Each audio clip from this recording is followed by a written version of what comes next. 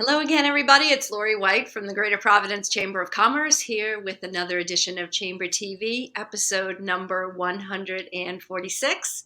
And today, a very, very timely topic, talking about hybrid work, remote work, what the future of it is, what its history might be. Some of us might be under the impression that this is all very new, but our special guest today is going to disabuse us of that notion and give us a little bit of the history of remote and hybrid work and what's working in today's corporate culture, and frankly, what isn't. So let me introduce our special guest, Michael Pelletier. And Michael is the managing principal of CLA Digital, specializing in Microsoft services. And we're really pleased to have Michael with us today to delve into this topic. So how are you, Michael? I'm doing great. Thank you, Laurie. Happy to be Fantastic. here. So tell us a little bit about CLA Digital and in your role and your particular expertise as a Microsoft specialist. Oh, great. Thank you. So CLA is a national accounting, tax, consulting, and technology organization. And we have been spending time over the last several years creating solutions for our clients that have spanned a variety of industries, a variety of geographies, and a variety of business challenges. What has been interesting over the last few years is that many of the technologies that we've been using to support the day-to-day of a business have really helped us address some of the challenges that our clients have faced around hybrid work. And we've been focusing our attention on this because it's not only a technology challenge that has emerged, but it's more so a people and cultural challenge. So we've actually been leveraging not only our digital and technology capabilities, but also within our outsourcing practice, some of our human resources capabilities. And the combination of those has really allowed us to help organizations navigate the challenges that they've faced, and each organization's challenges are a little different. And it has also helped us to, or help them rather, figure out what their future looks like. And they're all very different, which is what makes this so interesting for us. Yeah, so you talked about it being sometimes a cultural challenge. Let's talk about that a little bit. Can you explore and give us some examples of what you mean by cultural fit for this kind of work? Sure. So I think one of the things that we should probably sort of set the groundwork with is that hybrid work isn't really new. And that's an important takeaway that I hope our audience has from this discussion. Organizations have been working in a hybrid model for years. If you think about, say, a sales team, they are often on the road working with customers, clients, what have you. And they're not always in an office where they have the opportunity to interact with other individuals, be that just on a regular day-to-day basis or even in, say, a meeting. And so we've had to identify solutions to allow them to interact with others in the organization. And so technologies like Zoom or Teams or any of the other web conferencing platforms and solutions have been in the market for years to support those types of scenarios. But what has changed is the number of individuals who are now remote. And so there was an expectation perhaps that, let's keep picking on the sales team, that those folks, were different and we needed to treat them differently and we needed to support them differently. And there was a recognition of that. And because they were all remote, typically, the playing field was sort of level. And that's a scenario that kind of played out for many organizations earlier last year. So if we think about, say, the summertime of 2020, for those organizations that had the ability to have some of their workforce work remotely, which is not the case for everyone. We have a number of clients that are manufacturers, for example, and they needed to figure out how to keep people in the facility to keep them working because many of those jobs were not able to be performed in a remote fashion. And so you had many of those folks, still going into the facility, but then maybe some of the back office individuals, were working remotely. The point, though, is that a large number of people were now remote. And many of the challenges that they needed to solve for were being solved for with technology and changes in behavior and culture. It was acceptable to now be taking meetings, from your living room, where previously that would have been almost taboo in the sense that, well, if I'm a professional and I'm doing my job, I should be in my professional setting, which is the office.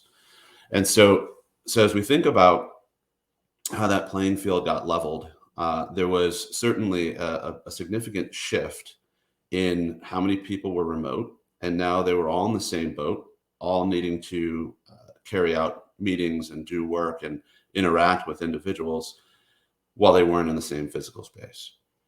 Now, from a cultural perspective, that can play and or wreak havoc on an organization and how they function.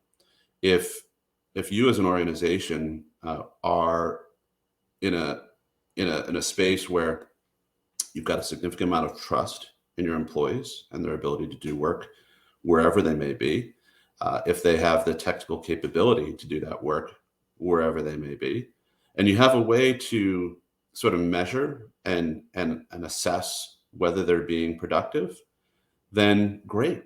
Many organizations have realized that and have adopted these remote work, hybrid work scenarios, even now today, because they have a way to sort of measure and identify whether or not there are productivity issues, whether there are communication issues, and so forth. But many organizations are not in that same boat. They may have been brought up in a culture where you need to see the person in front of you in order to know the work's getting done. Or maybe it's not even a productivity or trust sort of issue, but it's more so of a how individuals have developed challenge.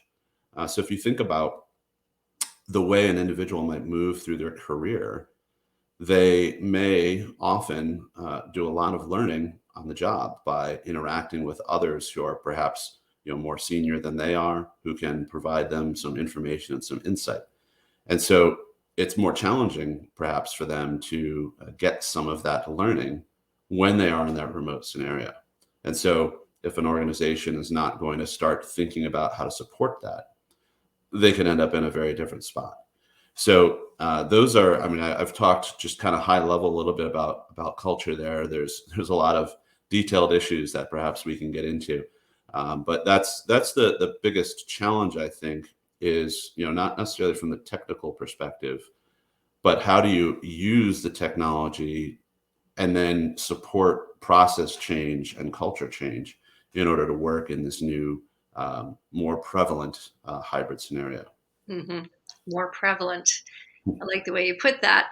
So let's unpack this a little bit. You've covered a lot of territory, and let's just sort of think about it and level set by saying, okay, so we've gone through what hopefully is the worst of the pandemic last year. Everybody was forced home. There was a level playing field, as you point out. But now, not so much. There are lots of variations on what businesses are doing, how they're dealing with their employees. They're trying to sort it out and, being really particular about what works for their organization. So, having sort of brought us to the current scenario, if you will, the present tense, what are the biggest challenges your clients are facing? Like, what questions are they asking you? What's bubbling up most? And how can you help them? So folks that are watching today that may not have fully adopted or thought through, where they want to be in the next, 6 months or so. What are some of the top line things that you can help with? Sure, sure. So I think it really starts at the beginning.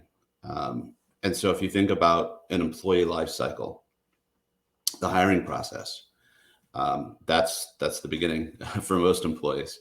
That interaction is something that we've seen more and more moving into an electronic space, where resumes are all available online. People are doing searches online, and that's all well and good. But for the most part, once you were tagged, okay, let's interview this individual. When that individual came into the office for the interview, they were coming into the office for the interview. And that was the typical scenario. You walked, you got a feel for the space, you got to see what the work environment was like, and you had your interviews with individuals, maybe multiple individuals, depending. And you had the opportunity to fill out paperwork if you made it through.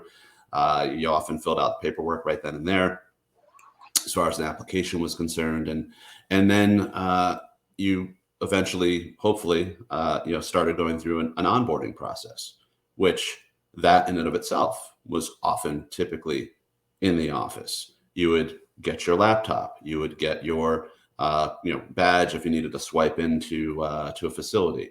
You would go through training, maybe some safety training, for example. All of that now has needed to shift and be rethought. Many organizations have said, all right, well, we still need to be hiring people, but many people aren't necessarily comfortable coming into our office, or we want to be able to be supportive of the desire for people to work remotely and not come into an office. And so how do we do that? And so we spent some time, working with clients, helping them to redefine their interviewing processes, how they can conduct those interviews, using technologies like Zoom and Teams, how they can run them through an onboarding process and provide a lot of the training electronically, so they can consume it from a PC, for example. And then, once they are, onboarded and ready to start working, providing them with equipment. And so that equipment, might come in the form of an actual device that maybe gets shipped to them. Maybe they do go in an office, but just to pick it up. Or some organizations are instead, simply providing a credit. Here's $1,000. Go purchase whatever equipment you think makes sense, and as long as it meets these particular requirements, once you get it, then follow these instructions. And those instructions typically allow that device to get onboarded into that organization's technology infrastructure.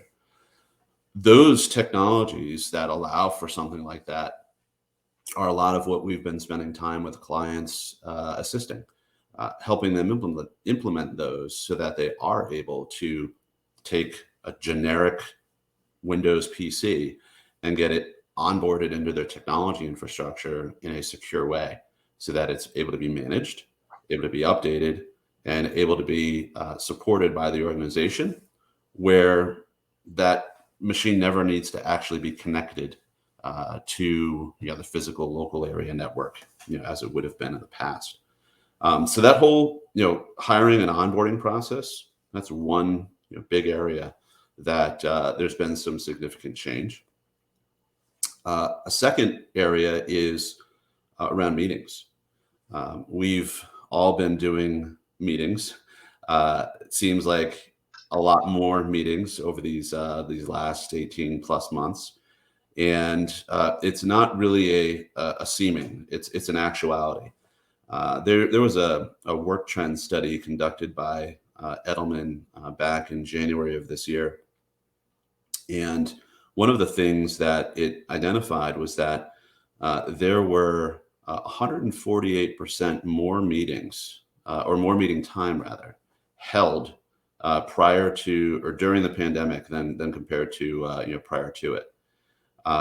Chat was used 45% more than prior to the pandemic. And there was an increase by about 66% in people working within, office documents. And so, if you start thinking about that, it then starts to open up a whole different set of concerns around, well, how does an employee who is now participating in perhaps more meetings and perhaps getting all of this work that they're now doing and on the PC, how do they find time for themselves? How do they navigate from the 9 to 10 o'clock meeting straight into the 10 to 11 o'clock meeting, straight into the 11 to 12, and then maybe find some time to eat some lunch in there? A lot of challenges have surfaced around the wellness side of things, how individuals can be able to find time for themselves during the day. So we've seen sort of through the employee continuum of the onboarding process, meetings and interacting with folks, how they manage their sort of personal self during the workday, and then beyond that, starting to think about, well, how should an individual behave or work differently uh, in order to move their career forward? How should an employer behave differently to move their career forward? So lots of different areas that are of concern, and where we've been spending time with clients, helping them to provide solutions there. Happy to dive into more of those in detail as we go along here, but I'll pause for a second. We are talking to Michael Pelletier, Managing Principal of CLA Digital. We are talking about the remote and hybrid work environment and the current day challenges that each of us is facing as we go into continuing iterations of COVID-19, the pandemic, and how we all can stay productive and sane at the same time. We are live on Facebook, we are live on Twitter, and we are live on LinkedIn. We invite your comments, your questions to Michael. He's a subject matter expert. As you can well see, there's so much richness to his presentation this morning, and so many things that we could, really pull the string at and really explore in depth. But we want to hear from you. We want to know what questions you have. It's all so new and so complicated and so dense from a complexity point of view. Michael, you talk about the excess number of meetings. So the Edelman study, 148% more time spent in meetings. Is that meetings online, or is it just general meeting time? Like what is the benchmark? 148% more time compared to what? Yeah, compared to it's the online meetings, and the use of the technology for conducting those online meetings. And you mentioned the mental health aspects of, self-care during the day. And, what about the fatigue of staring into, staring into a screen? And I have to admit that, in my role, I've never spent so much time on a screen, very much up and out and going to places and meetings and events and, a rich mixture of things during the course of the day. But now, my laptop and I have become very good friends. So I'm wondering, how you feel the best way for folks to, sort of navigate through the day. You mentioned the health and wellness aspects of it, and, and how to cope with the fatigue of staring into a screen. And what are you recommending to your corporate clients to help their employees sort of, Mhm. mix it up a little? Sure. There's a few different approaches, and by no means are any of these the answer. They are potential options. Everyone is different. Everyone has different needs, and that's, I think, the most important thing that we've I don't want to say recognized because it's sort of obvious, but that has been cared for and paid attention to is the fact that everyone has different needs. And so what works well for one individual maybe doesn't really do anything for someone else. One of the things that it kind of starts with is uh, a recognition of the fact that, hey, maybe I need to, think about how I spend my time during the day. And am I being as productive as I can? Am I caring for my mental well-being? And what are some of the things that I can do in order to address that? So one technique to start with is within Outlook, which is a fairly popular emailing system. There's some new options that allow an individual to configure how meetings get established in terms of their duration. So for years, personally, if I was scheduling a meeting, it was for a half hour or it was for an hour because that's what the defaults were. And who has time to go in and type in a specific number to make it a 45-minute meeting or a 15-minute meeting. And so, my meetings, if I was scheduling my time during the day, I think I was alluding to it earlier, 9 to 10, 10 to 11, 11 to 12, figure out how you can get some lunch. With the settings in the options, you have the ability to set a default. So perhaps if I'm looking to schedule 30 minutes of time, well, instead it's going to default to say 20 minutes or 25 minutes. And if I'm looking to schedule an hour or longer meeting, maybe I'm going to, lop 15 minutes off the end of it. So that hour meeting becomes 45. And now you've started scheduling your meetings. And as long as you're not trying to insert 15-minute meetings in between those, you now have built yourself some buffer time, some time to take care of yourself in whatever fashion that may be. So getting some water, or just taking a quick walk around the kitchen, or what have you, or checking a few emails while you're not actually in another meeting and communicating with folks. So that little bit of extra time, which historically, if we were in an office setting, we would have been accommodating in our schedule, because depending upon how large your office space might be, you can't physically get from one place to another if you end the meeting right at the bottom of the hour. So that's one technique that has helped. A second is building in sort of a virtual commute. One of the things that personally, again, I have found to be important for me is to kind of start and end my day. Now, depending upon what you do, maybe your day never really ends. We have all, certainly had an intersection that's occurred between our work lives and our personal lives, and I think that line continues to get even more blurry. But you want to be able to, sort of separate. All right, I'm at work, I'm doing work, versus I'm at home and I'm paying attention to my family. So before, I would hop in my car, I'd have a 25-30 minute drive into the office, and I would then be in work mode. And then I'd wrap up the day, whatever time I'm leaving, another 25-30 minutes, I'm back at home, and now I'm in home mode. Will I, while I'm at home, at some point in that evening, perhaps jump on to, the computer and check some emails, work on a document? Sure, absolutely. That happens. But I've had the opportunity to have a breaking point, a stopping point, spend time with the family, have some dinner.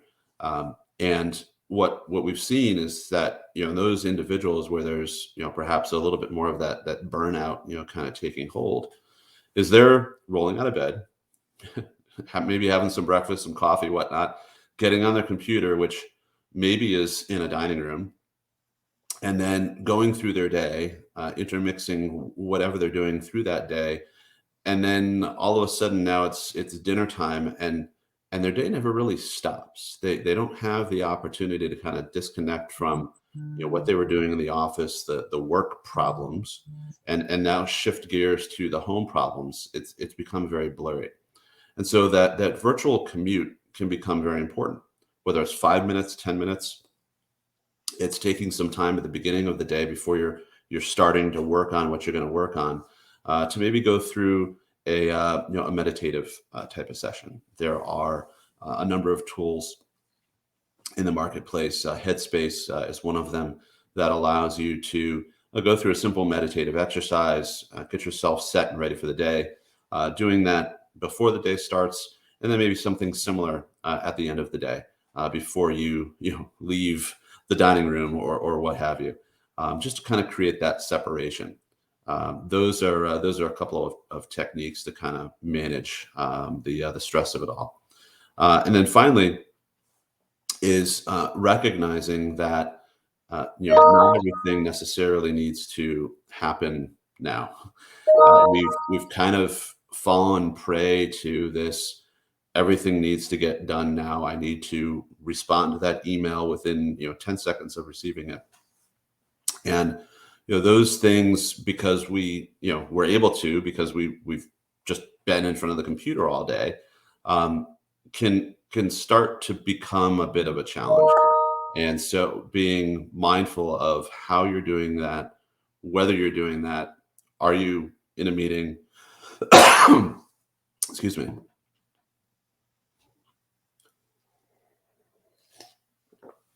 Sorry about that. Are you in a meeting, reading emails and not giving enough attention? Those are all important things to be mindful of and make practical choices about. Let's talk about the eroding culture of the team.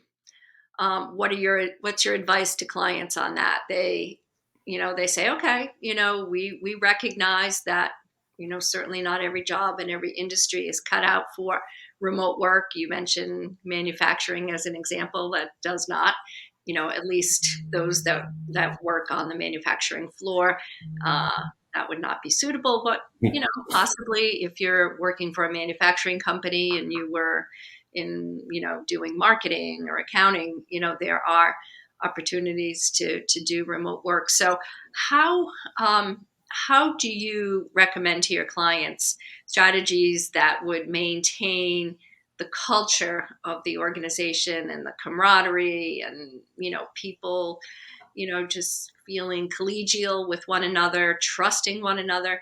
At the outset of all this, many of us had the luxury of being with members of our team who we've known for a long time and trust. And, there wasn't that, fall off, if you will, of like, okay, well, how do I get to know this person?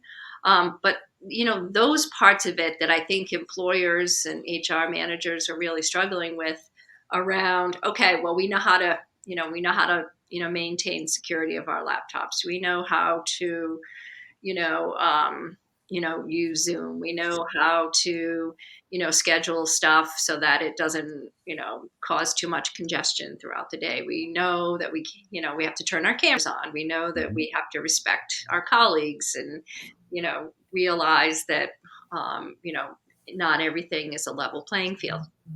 So we know all that, right?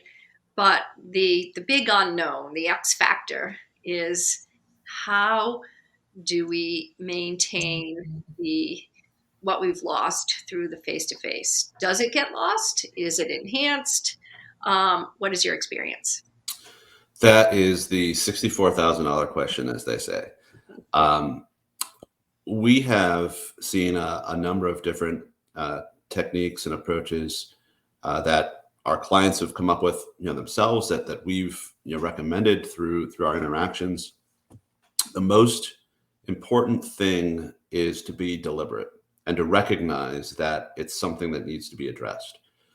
Where we've seen the biggest challenges are in those organizations that think they can just continue to operate as they have been without necessarily wrapping their arms around this as a real challenge and being deliberate about how they work to address it. And it's not something that is just solvable through a specific action. It requires a multi-pronged approach that is both a responsibility of the employer, but also of the employee. So let's talk through a few examples.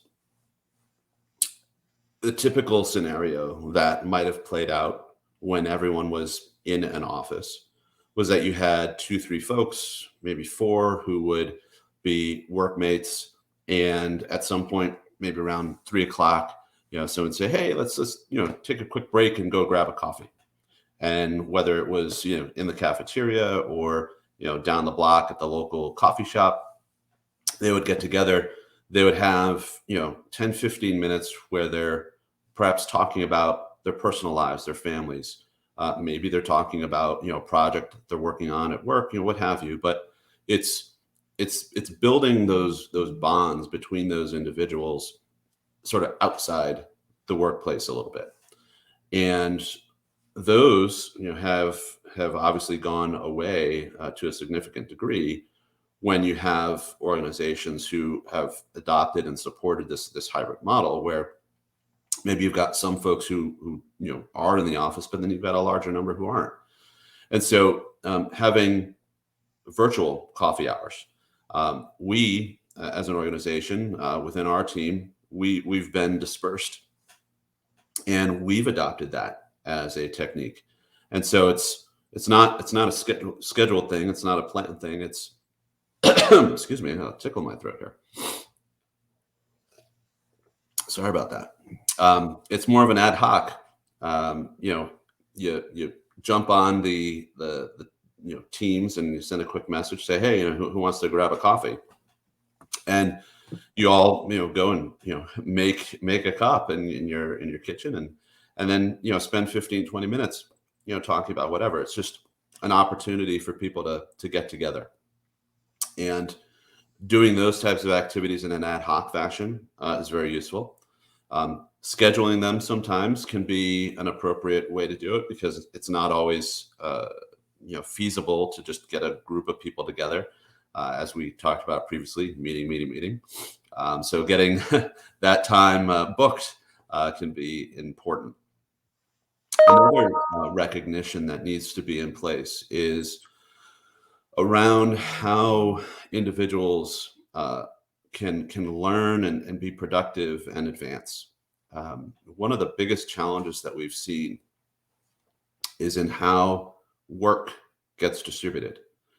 Now, if you think about in the past, somebody had, say, a document that they wanted somebody to review and take action on. So maybe it was a purchase order, or maybe it was a proposal, what have you. They could walk it down to someone's office and say, "Hey, I'd like you to do X with this. Here's what I need you to do, and here's how you should do it, and go."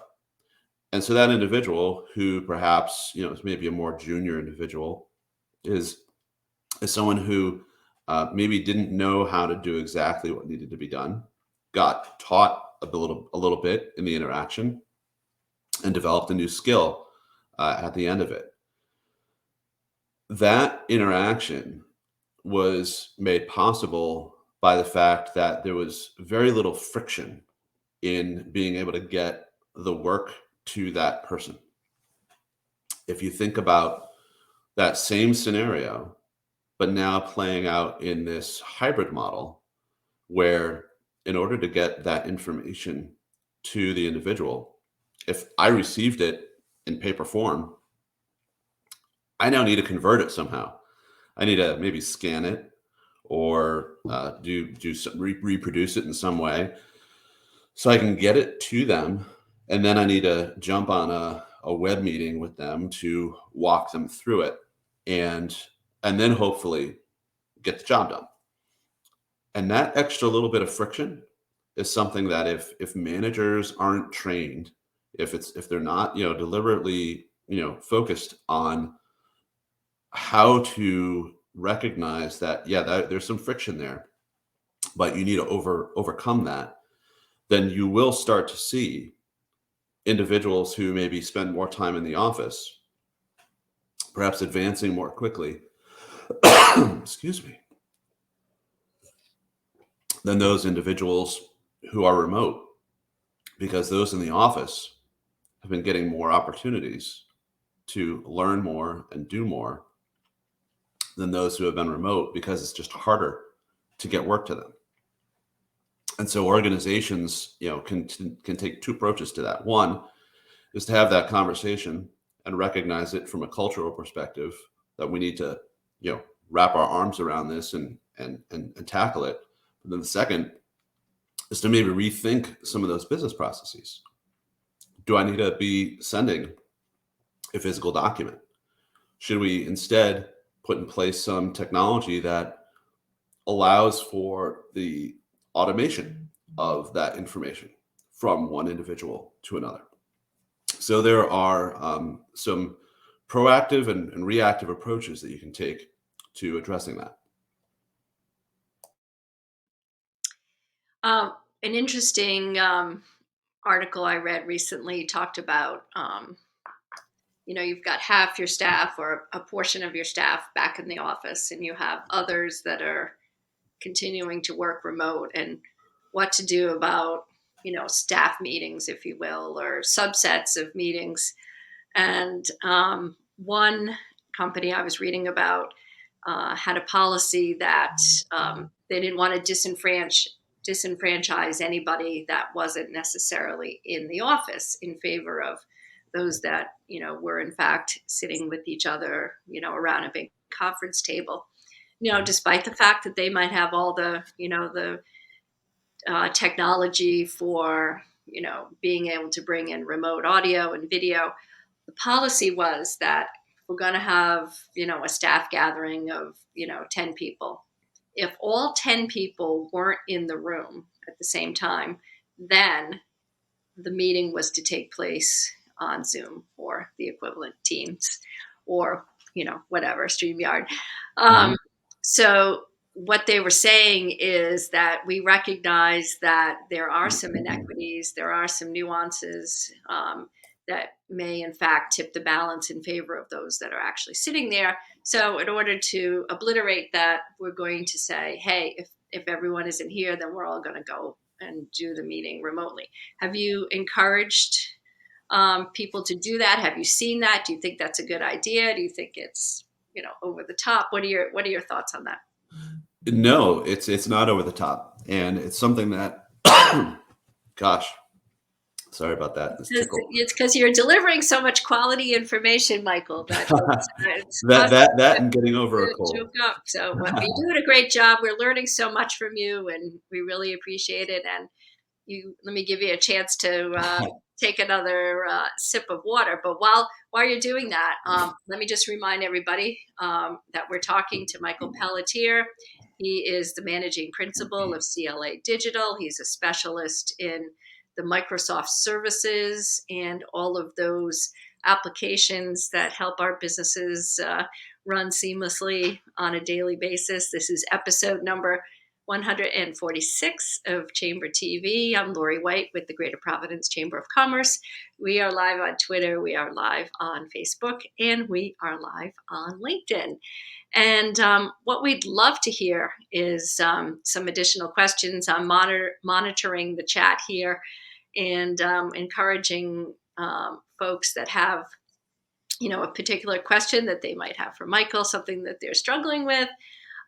Just put it in the chat, and I'll take a look at it and throw it out there, and we'll get some wider conversation going. But there's just so much to cover. I know we can't cover it all in the short time that we have together, but I know that we are all learning together, and we're getting some new insights, and we're really thankful to you, Michael, for your expertise and your time and all of the great stuff that you are sharing at this moment. And we hope that you will continue to take a break and drink your water. It's another one of the downsides of all on all the time. But we were talking about the supposed inequities of who's in the room and who's not, and Right. the Zoom, it's either all of us on Zoom or none of us on Zoom. So you have an opinion on that? I can't wait to hear Yes. it. Yes, indeed. Yes. So we've absolutely recognized that that's a challenge and something that there's a few different approaches to addressing. So the first is when you have those meetings, um, it's again putting in place protocol, putting in place practice, so that historically, if you were to have a meeting with say 10 individuals and a couple of them perhaps were not going to be there, generally you would walk into the meeting room. Maybe you got there a few minutes early. You'd start having some conversation with the others in the room. And then at some point, someone would say, "Oh, yeah, we need to jump on the call so we can get the other folks into to the meeting." Meanwhile, there's perhaps been some relevant, important dialogue that has taken place, some team building, perhaps that those remote individuals have missed out on. So one of the things that we've been recommending is whoever the first one into the room is, the very first thing that they should do is join the room to the meeting. So the assumption, of course, is that you do have some folks that need to be remote, and so you've set up the team or the Zoom meeting, and that whoever's in the room first kicks that off. So that's one practice. This way, as soon as the remote people join, whether they're the first or the last, they've been sort of, like walking into the room with everyone else because the technology's up and running. A second practice that, depending upon the nature of the room and how it's set up, is to have all of the participants who are physically in the room bring their laptops. And this way, everyone who is remote still sees the individual like they see me now, clear and present, as opposed to having this big, large view of the whole room where you can't, see who's talking. And when someone is in the meeting and they're talking, you can see that they're talking, and you can, focus on them as a remote participant. So that's a second technique that can be very useful if your room is not set up very well, if it's a larger one. Where Let me jump in on that. So, does that create any like audio feedback issues, or everybody yes. got there? Yeah. So the key there is that when those individuals join the meeting, that they're doing so without audio, and it's just the video. This way, you've got your centralized, whether it's a speakerphone or a room meeting system, that you have that as the primary audio device, and then you're just using everyone's machines as a camera, essentially.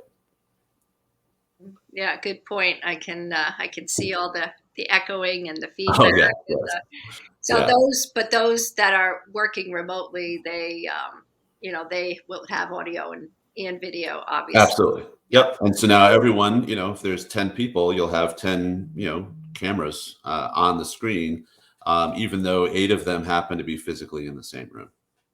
So I guess what I didn't recognize about that practice or that strategy is I thought they were, dispersing everybody to their own offices. I didn't realize everyone was sitting around the table together. So is Well, that that is the an, strategy that? an option. Yeah, absolutely. So it's if it makes sense to have everyone just kind of go back to their office, that works fine.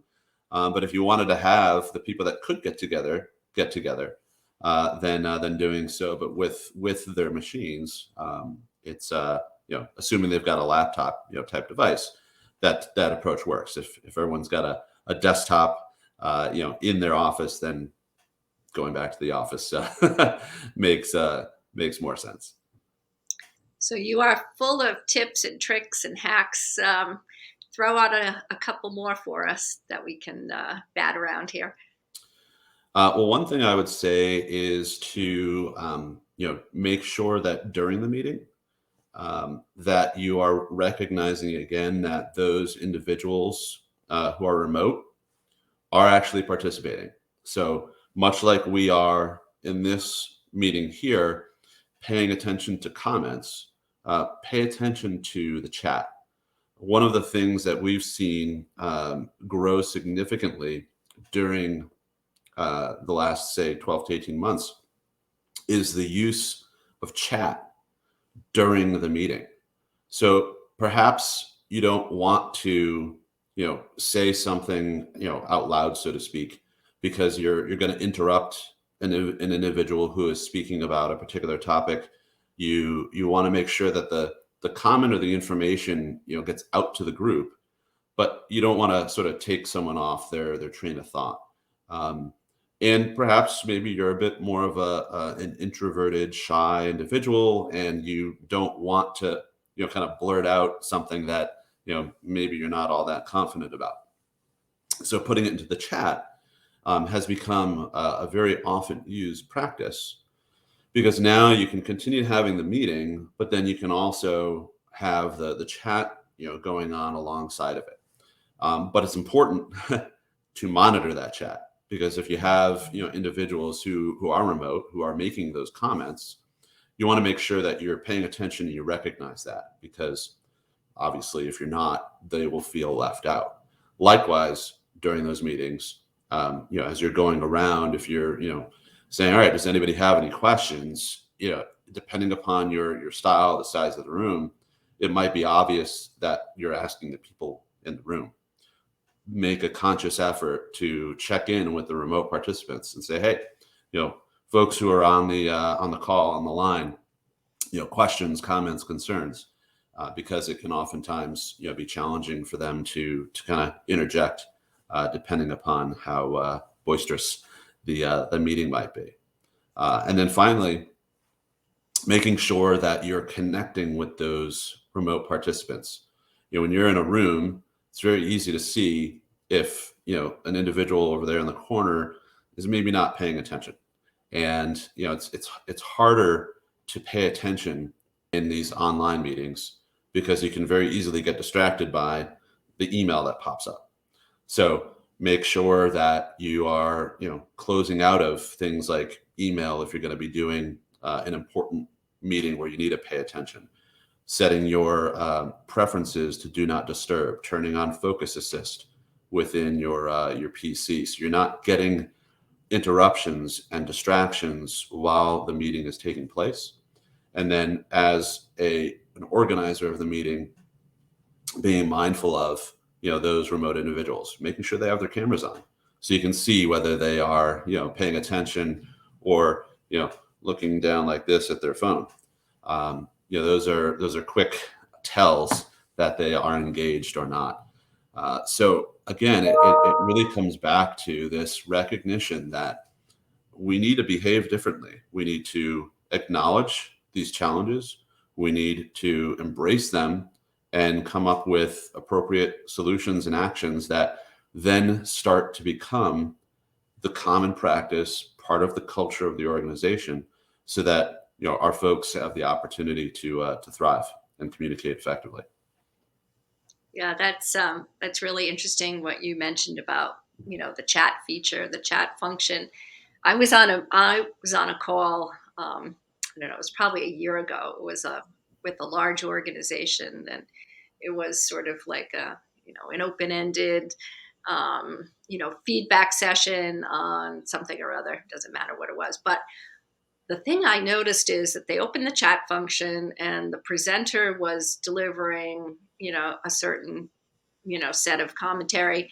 And the chat function started to go crazy with people who started to say, well, I don't agree with that. And I think that's wrong. And we really should be talking about X, not Y. And, why would you say that? And then other people saying, no, I think this is, we're on the right path. I agree with it. No, that's wrong.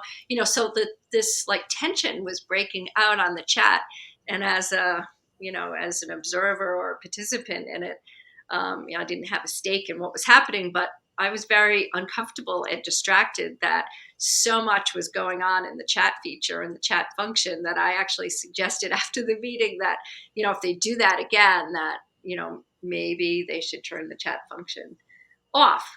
Mhm. Have you encountered anything like that? And what would you suggest to your clients? What would you recommend to your clients about, making sure that the chat function doesn't become a super big distraction and free for all? Well, I think it's again, recognizing that there are different types of meetings. There are different ways that we want to communicate, and that you need to be deliberate and plan for that interaction.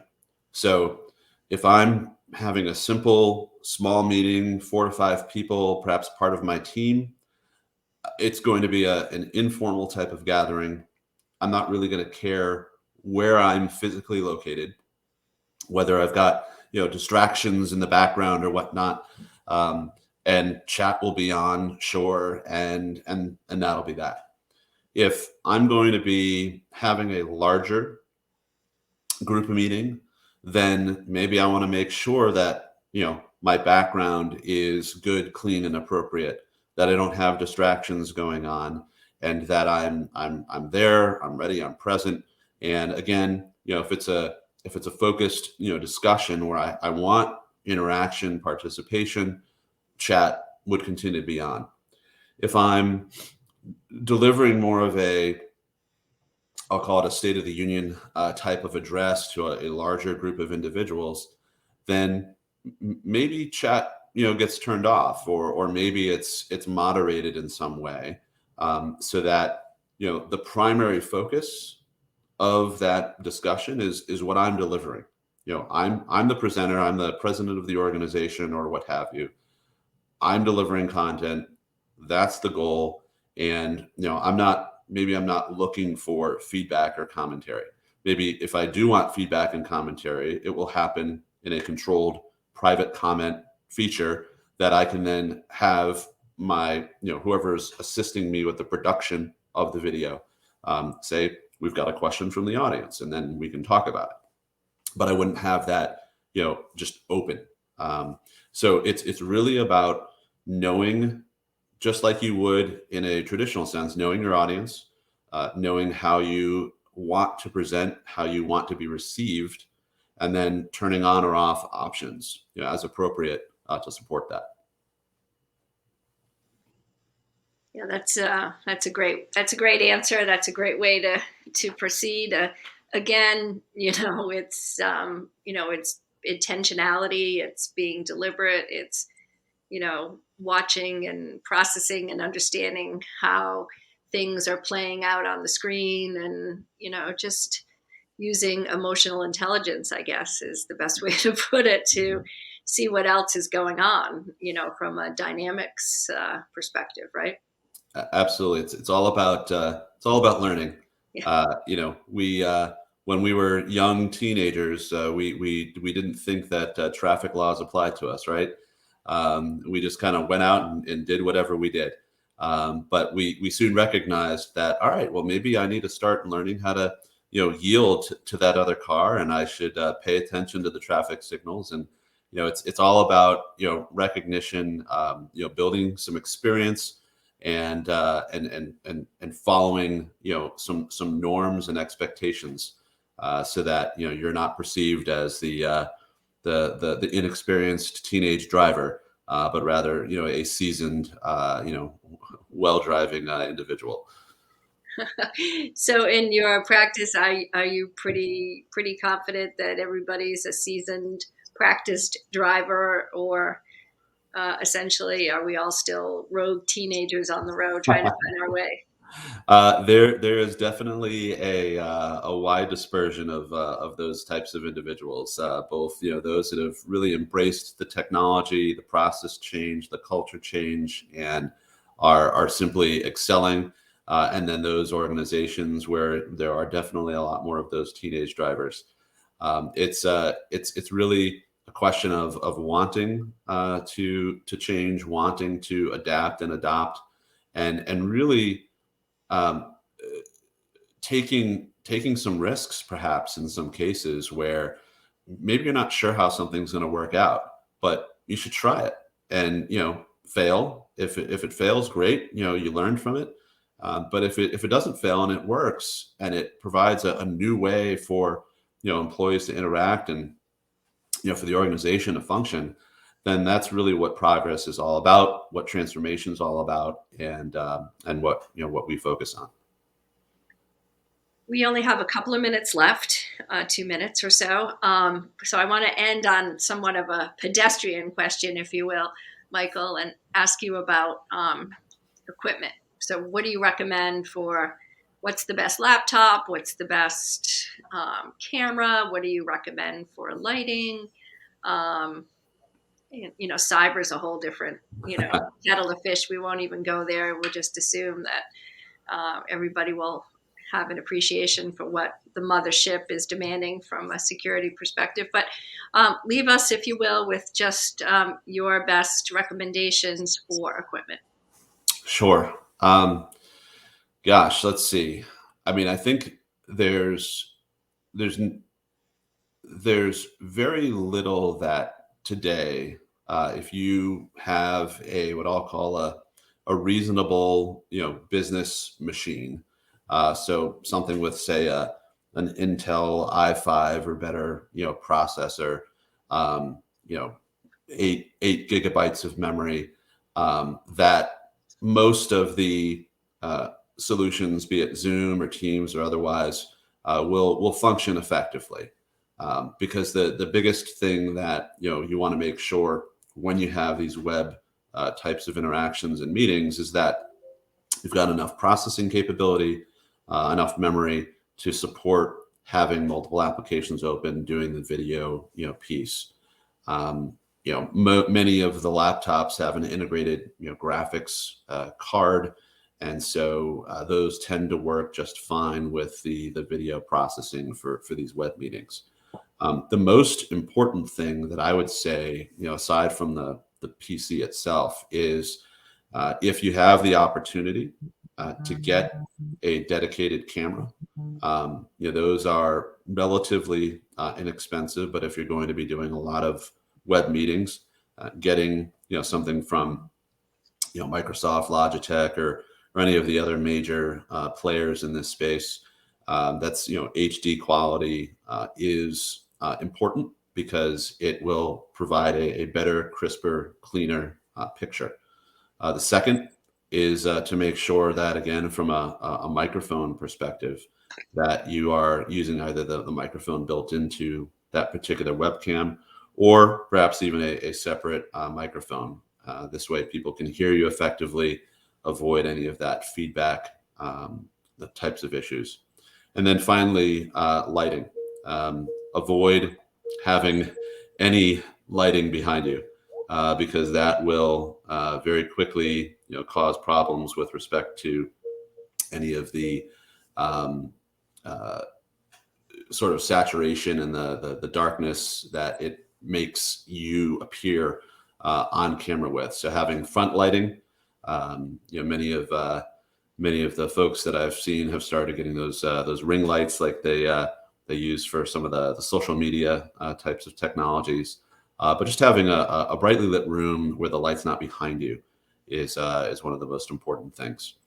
So doing those will make for much better online meeting experiences. Well, I'm observing your situation, your setup there. So you've intentionally chosen, a non-backdrop, if you will.